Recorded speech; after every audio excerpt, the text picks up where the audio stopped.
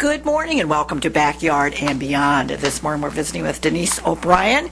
And of course, Denise grew up in Atlantic, graduated from Atlantic High School, has farmed in the Atlantic area for, I think, about 35 years, and has helped women in agriculture around the world. And I think she's going to maybe be doing some of that again. So, good morning to you, Denise. Good morning, Lavon. I'm really pleased to be here. Thank you. And you're off on another exciting adventure, and a lot of people are kind of going, oh, Denise.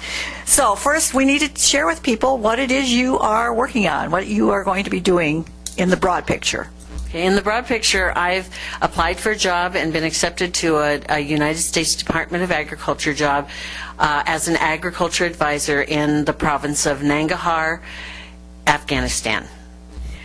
Most of us, even though we hear Afghanistan on the news, I'm guessing would have trouble saying, I know exactly where that is. Can you kind of put us in the general region?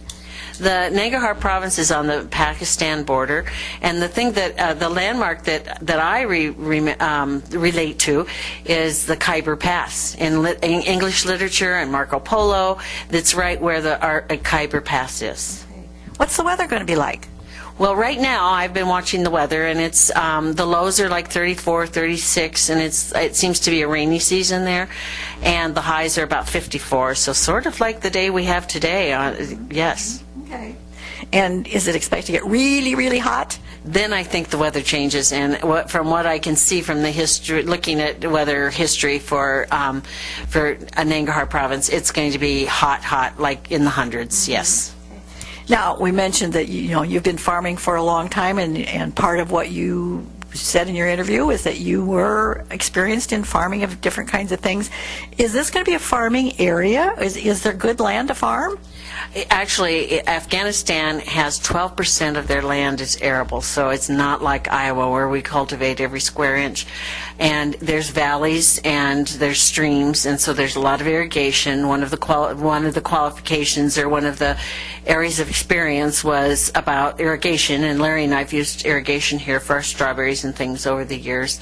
And so there is arable land there. It's very limited, but in the valleys where the rivers run through, I think is the most likely place that we'll find that. Okay. I'm glad you mentioned Larry, because I meant to say that in your introduction, of course, because you didn't farm by yourself. You and Larry Harris have farmed this area on Larry's home place. Yes, we're living in the house Larry grew up in and farming the farm that he farmed when he was young, and he's very supportive of me going to Afghanistan.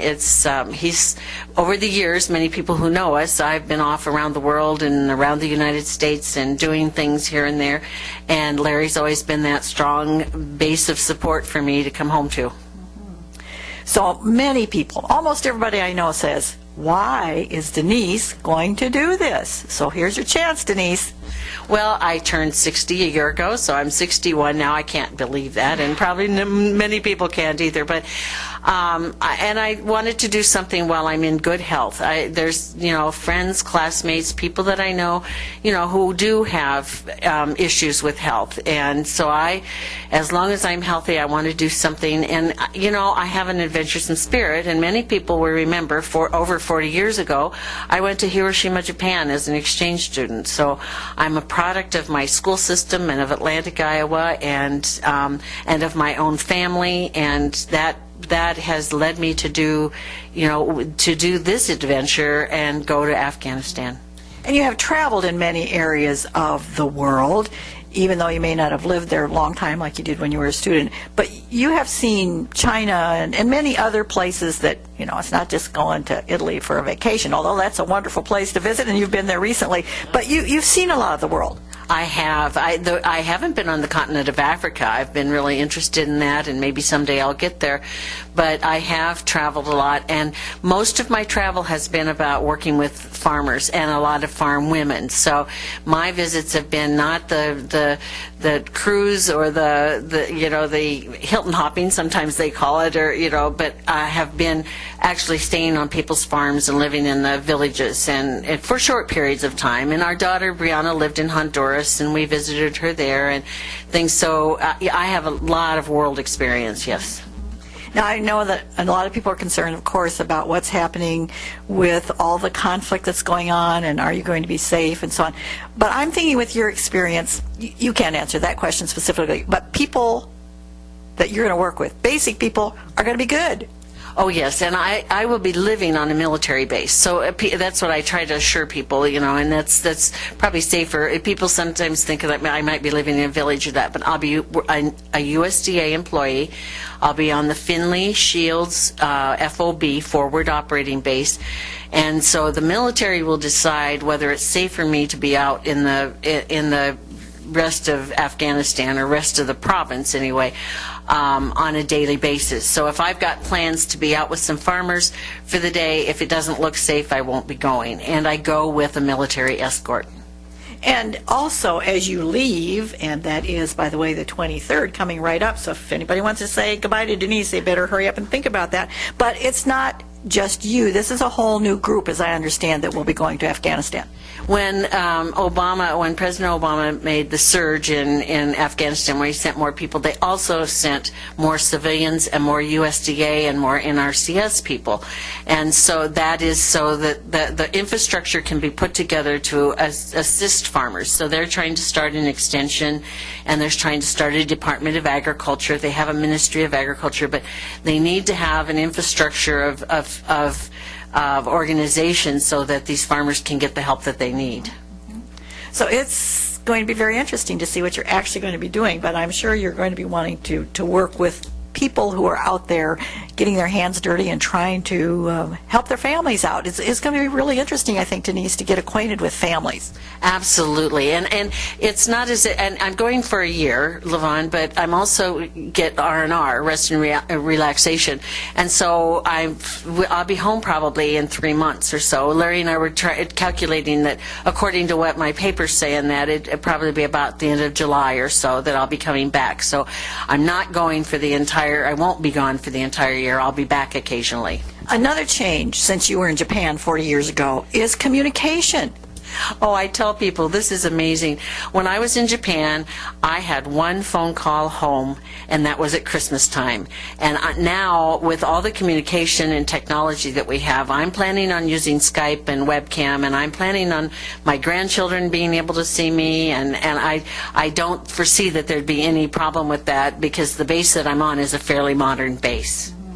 So you can kind of keep track in a year, because you have grandchildren that are going to grow a lot in that year, so you can kind of keep track of them and all the things they're learning to do too. Absolutely. I don't want them to forget what I look like. And we Skype with our kids now in Colorado and Pittsburgh, so our grandkids are used to seeing us and waving and communicating that way.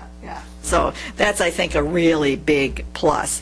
As you've looked at this whole thing, Denise, what are some things, I know you have some parameters of what you can do, but what are some things that you would really like to accomplish?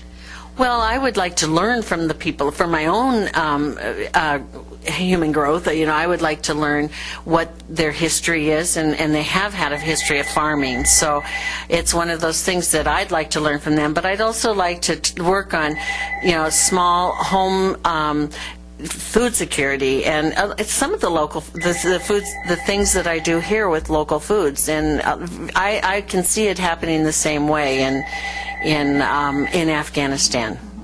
Well, again, I think people are people wherever you are, and so you have those great communication skills that will help you out. Now, what about language? Well, I'm going to be doing training. When I leave here February 23rd, I'm going to be in Washington, D.C. until March 27th. And March 27th is actually the day I leave to go to Afghanistan. And during that month time, I'm going to be having training, so at the Foreign Services Institute in Arlington, Virginia. And part of it will be, I'll be learning some words that will assist me, and I'm sure while I'm there that will be that opportunity too. They speak Pashtun and Dari. So it'll be a whole new experience that way, and I hope I'm not too old to learn some new language. Will there be interpreters available? Yes, from what I've been reading in that, they've increased in numbers of interpreters, so that one-on-one is really is really facilitated. And on the base that I'm at, I'll be with actually Missouri National Guard. And I've seen a little clip on the internet about the women on that base working with girls in that area. So they've been talking about setting up like Girl Scouts clubs or 4-H clubs. So lots of opportunities, and we'll just have to see. But, Denise, I hope you will keep us informed as to what is happening as you go through your adventure. Well, I'm thinking of doing a blog or something. I'm not real familiar with that. A little bit, but not enough to say, yes, this is what I'm going to do. And I don't know if there'll be restrictions on what I can communicate. So once I find out things, there's going to be communication back home. Well, all of our good wishes come with you, Denise, and again, you'll be leaving here on February 23rd, so if you want to give any messages to Denise, get that done. Thanks for spending time with us today as you're getting some things done at home, as well as getting ready to go off on this new experience.